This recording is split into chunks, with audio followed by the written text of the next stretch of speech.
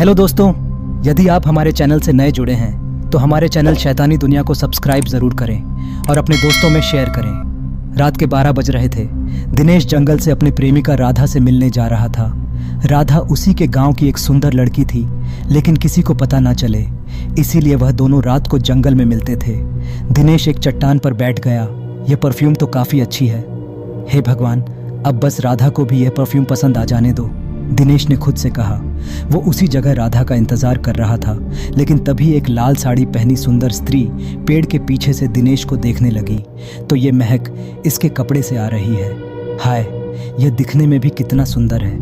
कहाँ रह गई ये राधा? अब तक तो उसे आ जाना चाहिए था, दिनेश मन ही मन बोला। तभी दिनेश को पायलों की झनझन सुनाई दी। उसने आवाज की तरफ देखा। वहां वो स्त्री पीठ दिखाते हुई खड़ी थी। दिनेश को लगा कि वह राधा है जो उसके लिए सजग और संवर कर आई है। वो उठकर उसके पास गया और उसने पीछे से ही उसे बाहों में भर लिया। मेरी जान, आज तो तुम कहर दिख रही हो। वह तो मैं हर रोज ही दिखती हूँ, उस स्त्री ने कहा। उसकी आवाज सुनकर दिनेश समझ गया कि यह राधा नहीं है। उसने जल्दी उसे छोड़ दिया और बोला, कौन हो तुम? स्त्री पीछे मुड़ी। वह दिखने में काफी सुंदर थी। कुछ देर तक तो दिनेश उसके चेहरे को निहारता ही रहा, लेकिन राधा का ख्याल मन में आते ही वो होश में आ गया। मैं सुंदरा हूँ, एक यक्षिणी, मतलब मैं इंसान नहीं हूँ। मैं यक्ष जाति की हूँ जो इंसानों से ताकतवर होते हैं और कुछ लोग हमारी पूजा करते हैं। यह सुन। दिनेश के होश उड़ गए। वो बस यक्षिणी को देखने लगा। यक्षिणी उसके पास आई और उसके आंखों में देखकर बोली, आज पूर्णिमा की रात है और मैं तालाब में स्नान करने जा रही थी। आज काफ़ी पावन दिन है। चंद्रमा के उजाले में तालाब में स्नान करने से हमारी आयु बढ़ती है। तो आप मुझे यह क्यों बता रही हैं? यहाँ से गुजरते वक्त हमें तुम्हारे शरीर से आ रही खुशबू ने तुम्हारी ओर आकर्षित किया, और जब मैंने तुम्हें देखा तब मेरा मन तुम्हारे ऊपर आ गया और मैं कुछ पल एकांत में तुम्हारे साथ बिताना चाहती हूँ और तुम्हारे साथ संबंध बनाना चाहती हूँ। यह आप क्या कह रही? तुमने ठीक सुना। बदले में मैं तुम्हें तुम जो मांगोगे वह दे सकती हूँ। माफ़ कीजिएगा, मैं यह नहीं कर सकता। अरे, मैं अपने प्रेमिका के लिए वचनबद्ध हूँ, तो मैं कहाँ तुम्हें मेरे साथ शादी करने के लिए कह रही हूँ। बस आज की रात मेरे साथ गुजारो। देखो तो ज़रा मैं कितनी सुंदर हूँ। मेरे जैसी सुंदरी तुम्हें तीनों लोक में नहीं मिलेगी। जी नहीं, मैं यह नहीं कर सकता। दिनेश ने उसे नकारा। यह सुन यक्षिणी गुस्सा हो गई। घमंडी मामूली इंसान, तुमने मुझे मन करके मेरा अपमान किया। मेरे सपने कई यक्ष देखते हैं, पर तुमने सामान्य इंसान होकर मुझे नकारा। तुझे इसका दंड मिलेगा। जैसे ही तेरी प्रेमिका तेरा चेहरा देखेगी, तुम्हारा चेहरा बदसूरत हो जाएगा, यक्षिणी ने कहा, और वह गुस्से से वहां से चली गई। दिनेश ने उसे पीछे से आवाजें लगाईं, लेकिन वह तेजी से वहां से निकल गई। वह काफी तनाव में आ गया। तभी उसके पीछे से राधा की आवाज आई। दिनेश राधा की आवाज़ सुनकर दिनेश कुछ भी सोचे समझे बिना ही मुड़ा, और जैसे ही राधा ने उसे देखा उसका चेहरा बदसूरत हो गया। यह देख राधा काफ़ी चौंक गई। तो तुम्हें क्या हो गया दिनेश? तुम्हारा चेहरा अचानक से बदसूरत कैसे हो गया? क्या मैं बदसूरत हो गया? ऐसा कहकर दिनेश रोने लगा। उसे समझ नहीं आया कि उसे यक्षिणी का श्राप लग चुका है। उसके बाद उसने राधा को घटी घटना के बारे में बताया। वह सुन। राधा बोली, तुम चिंता मत करो दिनेश, मैंने प्यार तुमसे किया है, ना कि तुम्हारे शरीर से मैं तुम्हें कभी नहीं छोड़ूंगी। और उसके बाद उसने दिनेश को गले लगा लिया। यह सब यक्षण एक पेड़ के पीछे से देख रही थी। वह गुस्सा हो गई। यक्षण ने कहा, तुमने मुझे ठुकरा कर मेरा अपमान किया है, मैं तुम्हें बर्बाद कर दूंगी। दूसरे दिन दिनेश राधा के घर के सामने से गुजर रहा था कि तभी उसने देखा कि राधा के घर के बाहर भीड़ लगी हुई थी। क्या हुआ भाई साहब? अरे, कल रात राधा बिटिया ने फांसी लगाकर खुदकुशी कर ली। मरने से पहले उसने अपने चेहरे को नाखूनों से कुरेद कर चीर डाला। शायद उस पर किसी चुड़ैल का साया था, इसीलिए उसने ऐसा किया, वरना राधा बिटिया कभी ऐसा नहीं कर सकती थी। यह सुन दिनेश रो पड़ा। वह समझ गया कि यह सब उसी यक्षण का किया कराया है। उसी ने दिनेश से बदला लेने के लिए राधा की हत्या कर दी।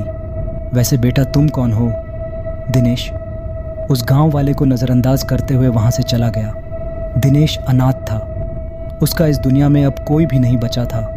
कई दिनों तक वह यहाँ वहाँ भटकता रहा। एक दिन उसे एक शमशान में तांत्रिक मिला। दिनेश उस तांत्रिक के पास गया। बाबा जी, बाबा जी, मुझे एक यक्षण से श्राप मिला है।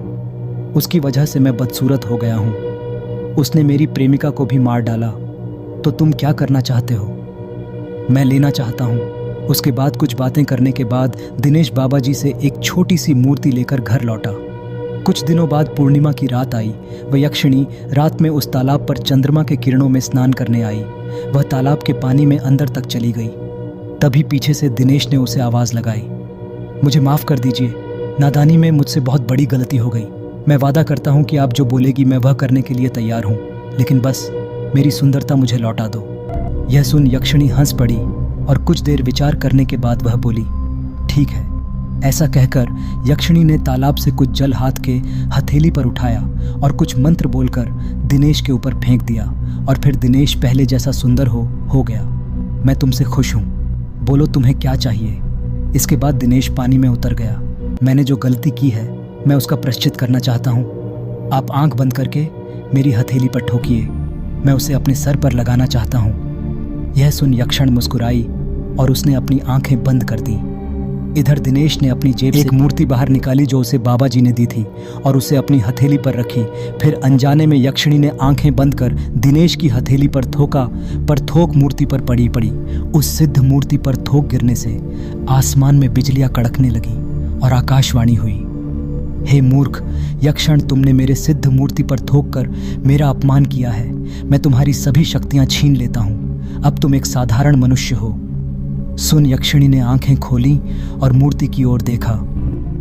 वो मूर्ति कुबेर महाराज की थी, जो यक्ष और यक्षणों के महाराज है, और उस मूर्ति में साक्षात कुबेर महाराज का अंश था और वह आकाशवाणी की आवाज़ स्वयं कुबेर महाराज की थी। नहीं महाराज, मुझसे गलती हो गई, मैंने जानबूझकर नहीं किया। इस मनुष्य ने मुझसे छल किया। लेकिन तभी आकाशवाणी बंद हो गई। यक्षिणी की सुंदरता और तेज गायब हो गए और वह एक साधारण मनुष्य बन गई। उसने क्रोध में आकर दिनेश पर हमला करने की कोशिश की, लेकिन अब वह साधारण महिला थी और दिनेश के सामने कमज़ोर थी। दिनेश ने गुस्से में आकर उसे बालों से पकड़कर पानी के अंदर डुबो दिया और उसे मार डाला। उसने राधा की मौत का और उसके साथ हुए छल का बदला यक्षिणी को मार कर लिया था। असल में हुआ यह था कि जब दिनेश बाबा जी के पास गया था, तब बाबा जी ने उसे कुबेर जी की सिद्ध मूर्ति दी थी, जिसमें खुद कुबेर जी का अंश था। उन्होंने कहा था कि अगर यक्षिणी उस मूर्ति का अपमान करती है तो कुबेर महाराज उसे उसकी सज़ा देंगे। उसके बाद उन्होंने बताया कि तुम यक्षिणी की इच्छा पूरी कर दो, उसके बाद वह तुम्हें तुम्हारी इच्छा पूछेगी, तब तुम उसे आंखें बंद कर हथेली पर थूकने के लिए कहना, और आगे का प्लान तो आप जानते ही हो। हेलो दोस्तों, अगर यह वीडियो आप सभी को पसंद आया हो तो प्लीज़ हमारे चैनल से नए जुड़े हैं तो हमारे चैनल शैतानी दुनिया को सब्सक्राइब ज़रूर करें और अपने दोस्तों में शेयर करें। धन्यवाद।